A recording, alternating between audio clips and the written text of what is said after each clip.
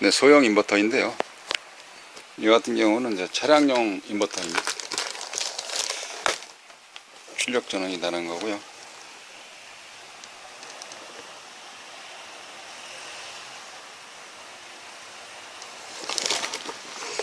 보통 이 와트수가 잘 안 보이는 경우가 있더라고요. 와트수 보이라고 잠깐 좀 시간을 좀 끌어봤는데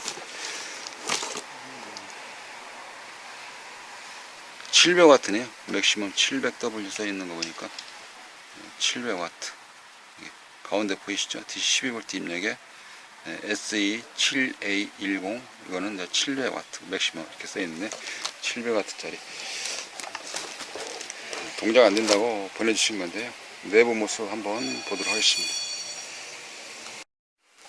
네, 먼저 불량 증상을 보면요. 네, 고장 증상이 이렇습니다. 전원을 이렇게 연결을 하고요. 여기에서 하실 때 렌즈를 AC에 귤에다 맞춰 놓고 스위치를 켜봅니다.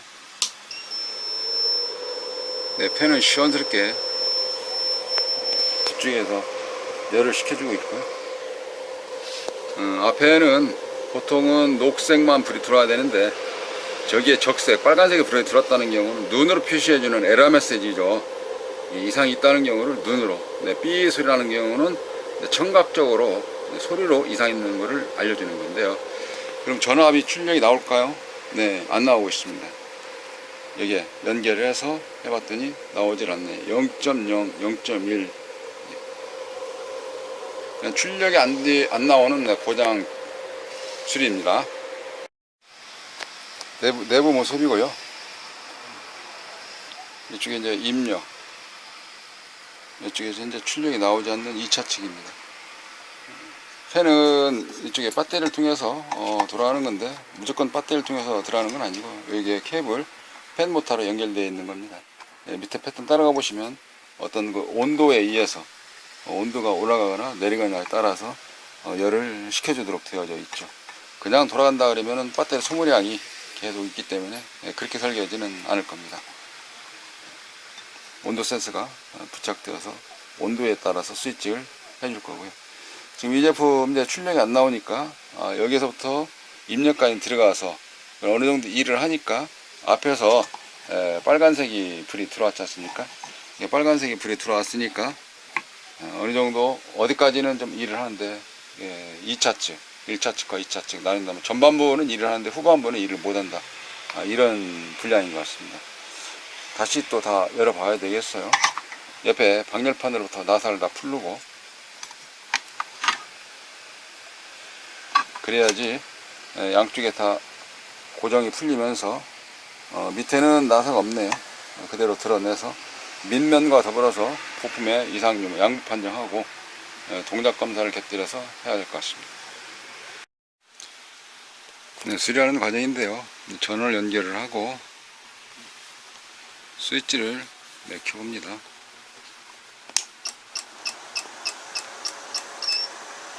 일단 적색불은 들어오는 건 꺼졌구나. 출력이 안 되면서 지금 소음 나는 부분들 이것만 좀 잡으면 될 것 같은데요. 또 한번 해보겠습니다. 네, 스코프를 가지고 부품의 데이터 시트를 봐가면서 파형을 찍어보니까 출력 펄스가 전혀 나오지를 않네요. 그러면서 이쪽에 구동에 영향을 좀 미치는 것 같습니다. 당연히 지원해주는 지원 중대가 일을 안 하기 때문에 전진하는데 문제가 있는 것 같습니다. 거기에 맞는 주파수가 나와야 되는데 예를 들어서 지원 중대 같은 경우는 106mm라든지 90mm 이런 포를 쏴줘야 되는데 그런 지원 사격처럼 펄스가 나오지 않기 때문에 다음 동작으로 이어지지 않는 것 같아요. 조금 더 살펴보겠습니다. 수리하는 과정에서 부품을 갈고 테스트하는 과정은 여러 번 경험하게 되죠. 또 부품을 나서 테스트를 하게 됩니다. 스위치를 켜고 전화에 나오는지 파형은 정상적으로 동작을 하는지 보도록 하겠습니다. 프로브를 준비를 하고 카메라가 이쪽 저쪽 다 비춰되기 때문에 한 손으로 좀 어수선하지만 해보도록 하겠습니다. 자, 스위치를 켜고 네, 파형이 지금 나오고 있죠. 전압은 안 나오고 있는 경우는 여기에 지금 접촉이 좀 안 좋아서 그렇습니다. 접촉을 한번 살짝 해보면은 234V 나오고 있고요. 항상 말씀드리지만 방열판이 안 된 상태에서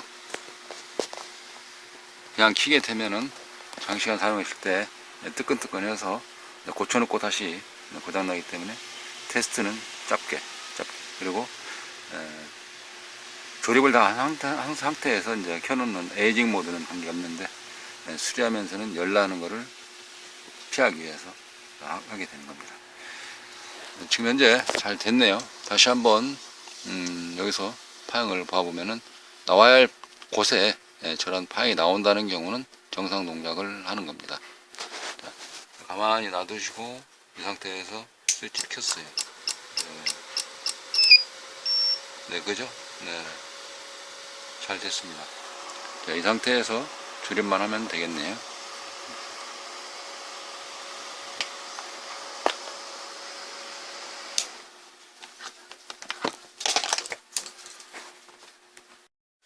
네, 조립하는 과정인데요.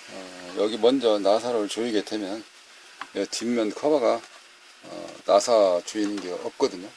그래서 이 홈에 들어가야 되는데 맞지를 않아요. 그리고 여기 슬라이드식으로 미끄러지게 홈에다 넣어야 되는데 여기도 한쪽은 구멍이 퐁퐁퐁 뚫려 있고 한쪽은 막혀 있잖아요.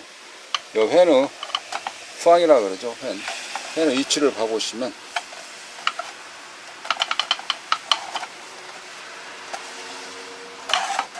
네, 이 회는 위치를 봐보시면 이 회이 바깥으로 안에 있는 거를 이렇게 이게 안에서 열 나는 경우를 바깥으로 하는데 근데 이거를 이런 식으로 꽂게 되면은 어떤 차이가 나느냐,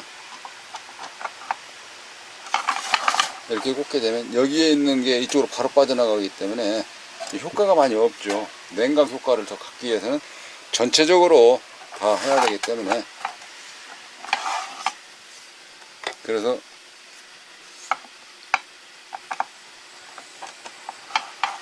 이쪽에 이렇게 꽂고 장착을 해서 갖게 되면 여기에 있는 바람이 빨려 들어가서 안에 열 나는 거를 같이 당겨 가지고 바깥으로 빼내 버리기 때문에 냉각 효과가 있는 것이죠. 이렇게 하고 여기를 조이게 되면 이게 좌우로 밀리지 않아서 뒷면 밀면 커버가 고정되는 거죠. 요즘에 카메라 좀 신경 쓴다고 딱 고정해 놓고 했는데 또 이게 움직이네요. 이게 보통 만만한 일은 아닌갑네요.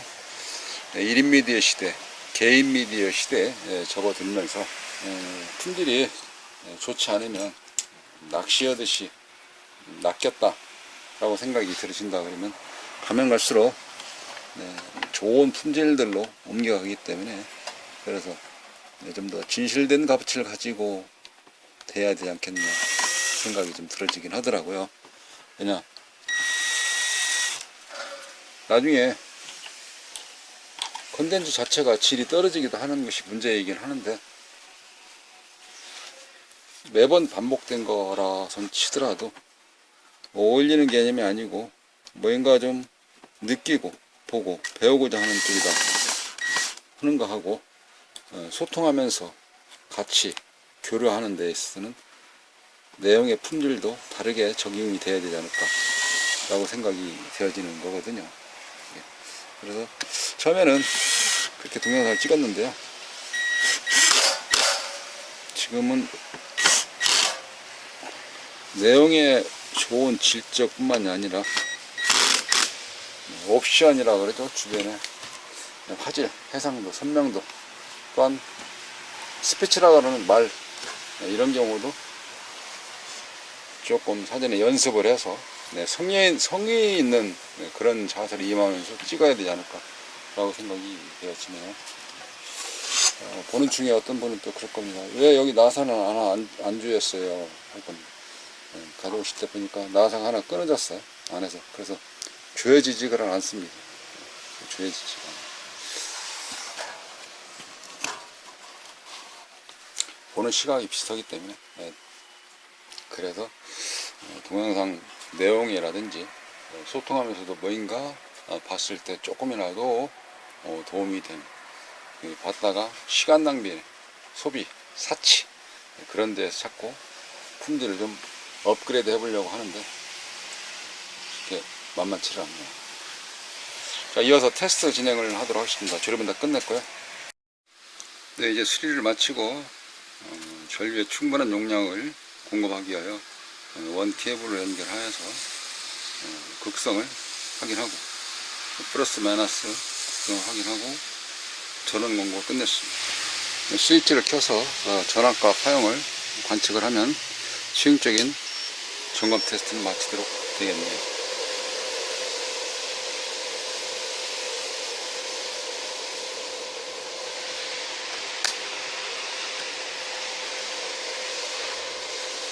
아까는 DC 렌즈 되어 있었고요. 지금은 AC 렌즈를 맞춰놓고 225V. 네, 그러면 어떠한 파형이 나오는지 보시겠습니다. 그라운드 다 연결했고요. 네, 플러스 단에다가 NS 뭐 풀에도 없지만 거의 뭐 구형파 비슷한데 이런 경우를 우리가 보통 모드피드라 이렇게 부르고 있죠. 유사 계단파, 유사 싼파 이렇게 부르고 있는데요. 좀 폭이 좀 넓은 것 같죠. 저거를 많이 봐던, 그러면 현재 2.5로 되어 있는데요. 이거를 5ms로 바꿔놨습니다.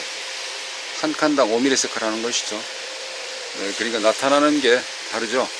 많이 봐왔던 거. 이거를 우리가 보통 모드피드라는 계단파랍니다. 계단파. 출력은 잘 되고 있네요. 전압은 225V 출력되고 있고요. 네, 이상으로 수리를 마치도록 하겠습니다. 감사합니다.